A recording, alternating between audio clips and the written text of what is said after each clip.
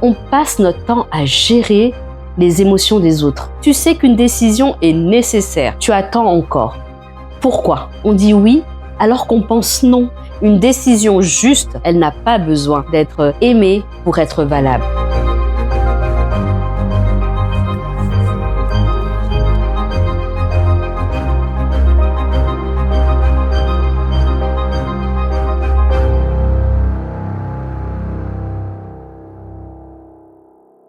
Tu veux être aimé, c'est le piège. Je vais te poser une question.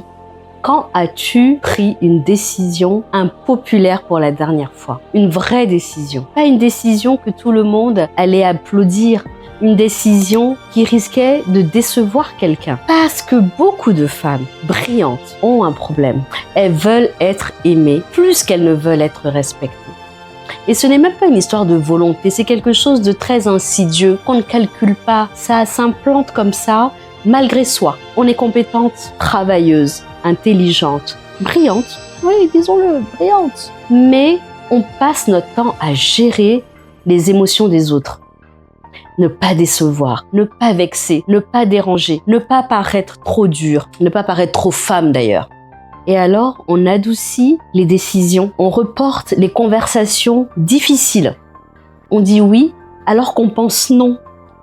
Et on finit par perdre quelque chose d'essentiel, c'est quelque chose qui porte un nom, c'est l'autorité.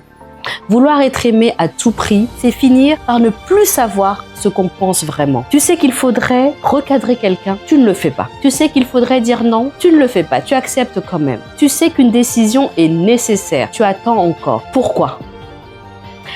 Pas toujours parce que tu as peur du conflit, c'est pas ça. Souvent parce que tu as peur de ne plus être aimé. La peur du rejet, elle peut être déguisée sous une forme, des habits, des apparats de politesse. C'est pas pareil. Le respect et l'affection peuvent coexister. Mais lorsqu'il faut choisir entre être aimé et être respecté, les femmes qui avancent choisissent presque toujours le respect.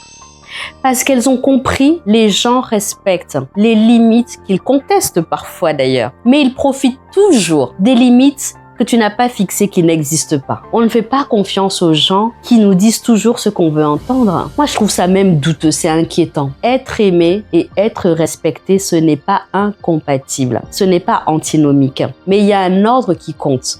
Les femmes que j'admire le plus, qui sont dans un leadership incarné, elles ne cherchent pas d'abord à être aimées. Elles cherchent d'abord à être justes, équitables.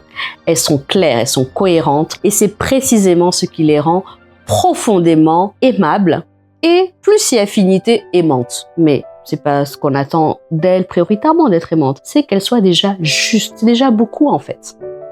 Le respect durable, il vient toujours avant l'amour durable. Jamais l'inverse. Moi, j'ai pas connu l'inverse. Si tu as connu l'inverse, fine. Écris-le dans les commentaires. Ça nous permettra de discuter sur des choses que moi, personnellement, je n'ai pas connues. Je ne sais pas tout, mais je crois qu'il y a un ordre de respectabilité prioritaire des choses. Il y a plusieurs clés. La première à laquelle je pense, c'est observer les endroits où tu cherches encore l'approbation, la validation, pas le respect, l'approbation. Ce n'est pas la même chose, évite ces endroits-là, ils sont pas pour toi. On ne construit pas une autorité durable sur le besoin d'approbation. J'en suis convaincue. On la construit sur la cohérence, je dirais même sur la congruence avec soi. C'est une sorte d'orthogonalité, un alignement avec toi et qui est vu et perçu et respecté par les autres parce que déjà, tu l'incarnes pour toi-même. Donc, on ne peut que suivre ce que toi-même tu as posé comme décision, comme fonctionnement. Le courage d'être soi-même, même quand cela dérange. Ça a un prix, bien sûr, mais c'est ça le chemin. Dans quel domaine de ta vie tu choisis encore d'être aimé plutôt que respecté? C'est la question. Deuxième clé, arrête de surjustifier tes décisions. Changer d'avis sous pression, c'est pas de l'humilité, c'est pas de la modestie, c'est de la capitulation sur toi-même. Troisième clé, accepte la déception des autres. Oui, bien sûr, c'est désagréable, c'est douloureux, ça envoie quelque chose qui nous dérange. Mais la déception, c'est pas une preuve que tu as mal agi. La clarté intérieure, elle commence par cette question. Est-ce que je fais cela parce que c'est juste ou est-ce que je le fais parce que ça va plaire? Je vais te laisser avec cette question. Combien d'énergie est-ce que tu dépenses aujourd'hui à être aimé et combien à devenir la femme que tu veux véritablement être? Parce qu'à force de vouloir être apprécié par tout le monde, on finit parfois par se trahir soi-même. Et ça, c'est le pire. On va pas sur ça. Je suis une lionne, je ne survis pas, je règne. Je suis une lionne, je ne survis pas, je règne. Et puis c'est tout.